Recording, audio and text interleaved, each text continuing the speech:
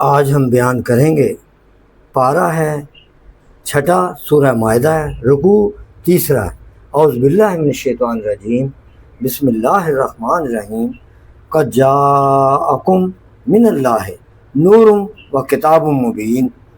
قد میں نے یقیناً، بے شک، جاءکم تشریف لے آئے، کم تمہارے پاس، من اللہ اللہ کی طرف سے، نورم اللہ کا نور آ گیا، کتاب مبین کھلی روشن واضح سچی صاف ستھری کتاب جو اندھا بھی دیکھ لے۔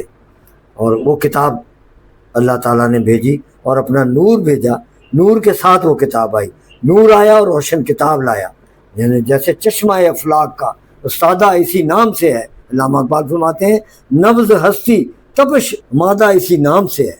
ان کو جو بھیجا تو سب کچھ ان کے ساتھ آیا، کہ فرمایا اس آیت میں حضور صلی اللہ علیہ وسلم کو نور فرمایا اللہ نے۔ نور وہ ہے کہ جو آپ تو خود ظاہر ہو اور دوسروں کو ظاہر کر دے۔ دیکھو آفتاب نور سے کہ آفتاب کو دیکھنے کے لیے کسی روشنی کی ضرورت نہیں، وہ خود روشن ہے، اور جس پر اس نے خود توجہ کر دی وہ بھی چمک گیا۔ دنیا میں کوئی اپنے خاندان سے مشہور ہوتا ہے، کوئی پیشے کی وجہ سے، کوئی سلطنت کی وجہ سے، کوئی حسن کی وجہ سے، کوئی کسی وجہ سے، مختلف بہانے ہوتے ہیں کسی خاندان کی، کوئی پہچان کسی بندے کی، کوئی بادشاہ خاندان میں پیدا ہوا، یہ وہ نہیں، مگر آقا کی شناخت، آقا کی پہچان اللہ نے خود بیان کی ہے۔ ان کی دنیا ان کی وجہ سے پہچان بنی، آقا صلی اللہ علیہ وسلم کسی کی وجہ سے، یہ شہرت ان کے خاندان کی وجہ سے نہیں، نہ آپ کی ولادت پاک سے پہلے دنیا میں ہلچل مچ گئی کہ نبی آخر الزماں کا زمانہ قریب آ گیا ہے۔ دوستوں میں خوشیوں، دشمنوں میں رنج پھیل گیا، جیسے کہ سورج کے نکلنے سے پہلے آسمان پر پاؤں پھٹتی ہے، روشنی پھیلتی ہے۔ بچپن شریف میں تمام لوگ تو کیا، جانور پتھر بھی پہچانتے ہیں کہ نبی آخر الزماں ہے۔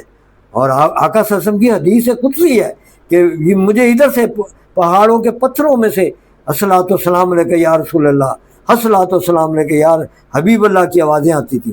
حلیمہ دائی حضور صلی اللہ علیہ وسلم کو لے کر اپنے گھر چلی تو خچر نے کہا اے حلیمہ میری پشت پر نبی آخر الزماں ہے۔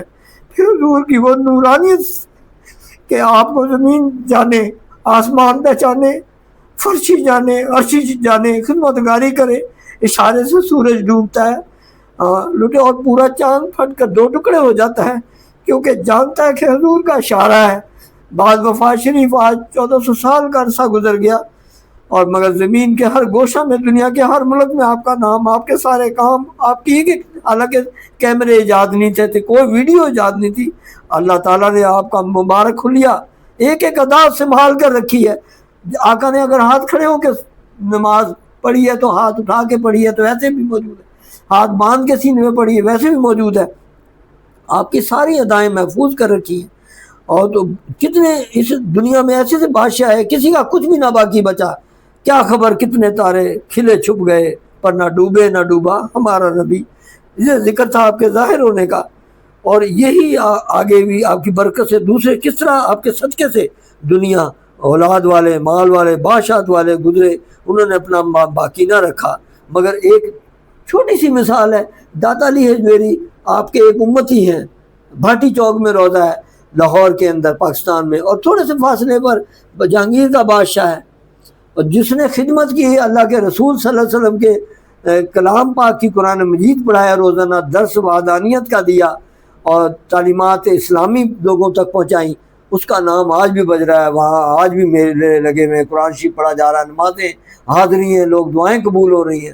اور وہ جو جہانگیر بادشاہ کتنا دبدبے والا، ولولے والا، آج اس وہاں جا کے کوئی پوچھتا تک نہیں ہے، فاتحہ تک نہیں پڑتا اس مذہب میں، حالانکہ چند قدم کے فاصلے پر ہے اس کا بادشاہ کا مزار۔ حضور صلی اللہ علیہ وسلم کے والدین کریمین، حضرت آمنہ خاتون، حضرت عبداللہ، عبد المطلب، ہاشم وغیرہ، ہم اسی طرح حضور صلی اللہ علیہ وسلم کی خدمت پرورش انجام دینے والے لوگ جیسے کہ حضرت حلیمہ دائی وغیرہ تمام قیامت تک کے لیے مشہور ہو گئے۔